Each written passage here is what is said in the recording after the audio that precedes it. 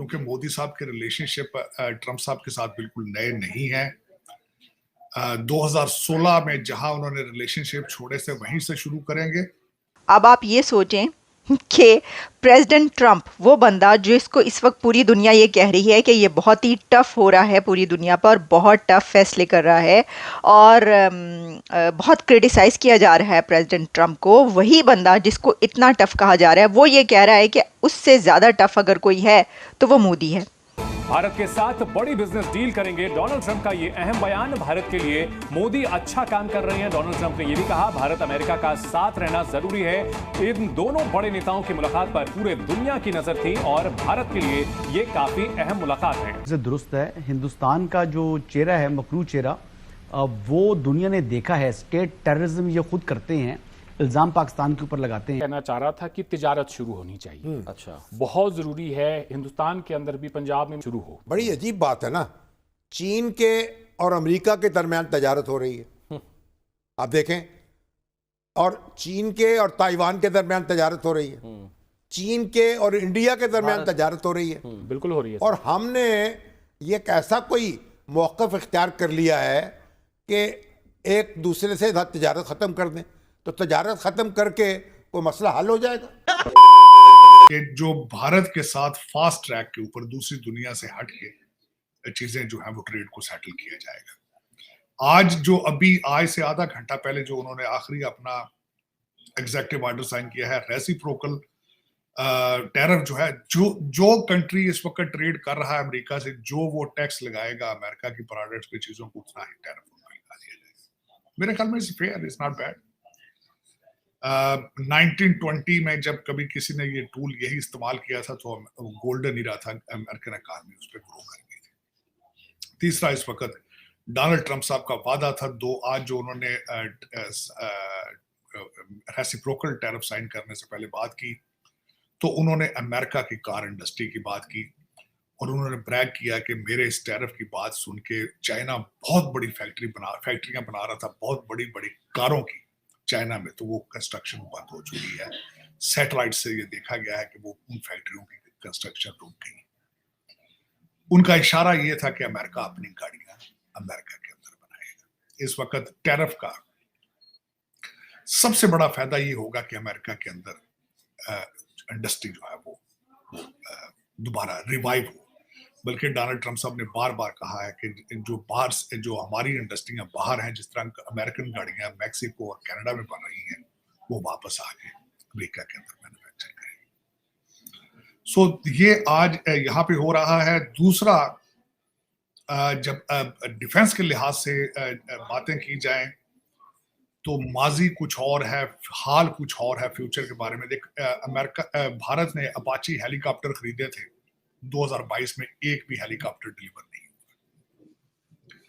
99 तेजास के इंजन खरीदे थे, अपाची हेलीकॉप्टर बोइंग से खरीदे गए थे, और जो तेजास थे वो जनरल इलेक्ट्रिक के इंजन थे, एक भी डिलीवरी नहीं। अब आगे मजीद यहां से तैयारों की बात होगी, डिफेंस के प्रोडक्ट्स की बात होगी। एक और चीज मैं जिसमें भूल रहा हूं, जिसको कहते थे कि कॉम्बैट व्हीकल्स खरीदने की बात हुई थी, वो भी एक भी डिलीवरी नहीं।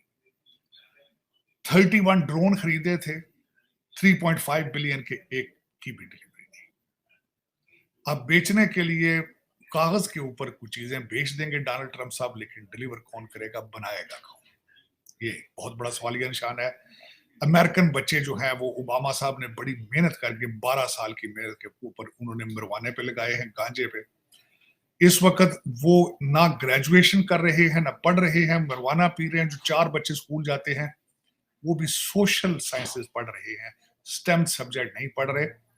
तो हिस्ट्री मेजर और इंग्लिश मेजर के साथ आप F-35 नहीं बना सकते, अपाची हेलीकॉप्टर आप नहीं बना सकते अगर आपका इंग्लिश मेजर है या हिस्ट्री मेजर होगा ना। स्टेप बाय स्टेप होगा। जब हमारी दोस्ती आपस में हो जाएगी, एतमाद एक दूसरे का जीत लेंगे, उसके बाद फिर हम धीरे धीरे आगे बढ़ सकते हैं। दूसरा, मैं ये कहना चाह रहा था कि तिजारत शुरू होनी चाहिए। अच्छा, बहुत ज़रूरी है। हिंदुस्तान के अंदर भी, पंजाब में मैं बहुत सारे लोगों से मिला, वहाँ भी हर शख्स ये चाहता है कि ये बॉर्डर पे कम से कम जो ट्रेड गेट है हमारा, इस पर हम दो रफ्त अब शुरू हो। बड़ी अजीब बात है ना, चीन के और अमेरिका के दरमियान तजारत हो रही है, आप देखें, और चीन के और ताइवान के दरमियान तजारत हो रही है, चीन के और इंडिया के दरमियान तजारत हो रही है, बिल्कुल हो रही है। और हमने ये ऐसा कोई मौक़िफ़ इख्तियार कर लिया है कि एक दूसरे से तजारत ख़त्म कर दें, तो तजारत ख़त्म करके कोई मसला हल हो जाएगा। यानी एक अलग सियासत अलग रखे, तजारत अलग रखे। दुनिया में क्या, आप देखिए रूस में और अमेरिका में तजारत हो रही, और पाकिस्तान का सर फायदा, यूरोप मार्केट में बड़ी मिलेगी और पाकिस्तान को। रूस में तजारत हो रही है। तो ये तो हम तो कोई अनोखी दुनिया में रहते हैं, अपना ही नुकसान कर रहे हैं ना। महंगी चीजें खरीदते हैं तो अपना नुकसान कर रहे हैं। पहले फिल्में भी लगती थी भारत की, वो भी जाहिर है जी ऐसा ही है। अच्छा। उससे पाकिस्तान की फिल्म इंडस्ट्री का भी बड़ा फायदा होता था। मसलन अगर आप थिएटर में गए हैं और 3 फिल्में अगर इंडियन लगी और एक पाकिस्तानी लगी है, तो लोग कहते थे कि चलो अगर इसकी टिकट नहीं मिल रही है तो पाकिस्तानी मूवी देख लेते हैं। अब उन सिनेमा हॉल्स में कोई जा ही नहीं रहा। और दोनों मुल्कों ने मिलकर अपनी ट्रेड को $500 बिलियन तक ले जाने का ऐलान कर दिया है। This is phenomenal. जो उनकी मीटिंग हुई और उस मीटिंग में जो एक वाइब्रेशंस हमें नज़र आई, जो लेवल था उस मीटिंग का, जिसमें प्रेसिडेंट ट्रंप मौजूद थे, जिसमें प्राइम मिनिस्टर नरेंद्र मोदी मौजूद थे, जिसमें सेक्रेटरी स्टेट मार्को रूबियो मौजूद थे, जिसमें इंडिया की अहम अथॉरिटीज़, जिसमें कि अजीत दोवल, जिसमें डॉक्टर जयशंकर और कई ऐसी अथॉरिटीज़ मौजूद थी। तो उस रूम की जो वाइब्रेशन थी वो एक ऐसी नज़र आ रही थी कि ये 2 बड़े कंट्रीज़ मिलकर आज बैठे हैं।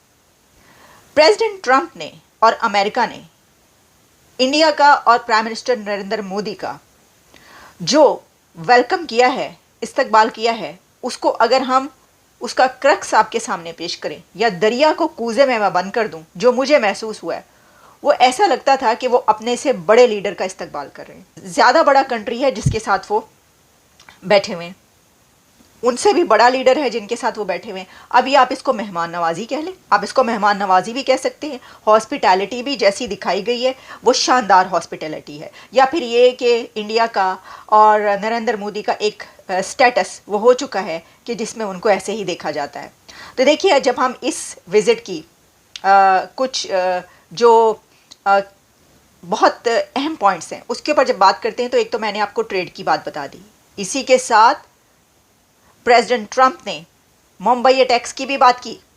प्रेसिडेंट ट्रंप ने मुंबई पर होने वाले हमलों की बात कर दी है और साथ ही उन्होंने ये कहा है कि दोनों कंट्रीज़ मिलकर, यानी कि ट्रंप और मोदी मिलकर इस्लामिक रेडिकलाइजेशन के ख़िलाफ़ काम करेंगे। दोनों इकट्ठे हैं, रेडिकल्स, इस्लामिस्ट, ऐसे लोग के जो इस वक्त दहशतगर्दी कर रहे हैं और दहशतगर्दी फैलाते हैं, उनके खिलाफ दोनों इकट्ठे हो गए हैं। अब देखिए, मुझे ऐसा लगा कि प्रेसिडेंट ट्रंप ने ये सोचा हुआ था कि वो मुंबई हमलों की बात करेंगे, क्योंकि मुंबई हमले आप जानते हैं कि इंडिया के लिए बड़ा ही एक सेंसिटिव मामला है, और उसकी बात करने का मतलब ये है कि इंडिया को खुश किया जा रहा है या भारत जो चाहता है वो कहा जा रहा है। तो भारत तो दहशतगर्दी के खिलाफ बार बार बात करता है ना, और इसमें ये वाला मुंबई हमलों का जिक्र करना ये इसीलिए लाया गया, लेकिन क्योंकि वो ये बात कर रहे थे कि रेडिकल इस्लामिस्ट, दहशतगर्द, टेररिज्म, इसके खिलाफ हम दोनों कंट्रीज़ मिलकर काम करेंगे, तो ये बात तो होना थी और ये बात हुई है।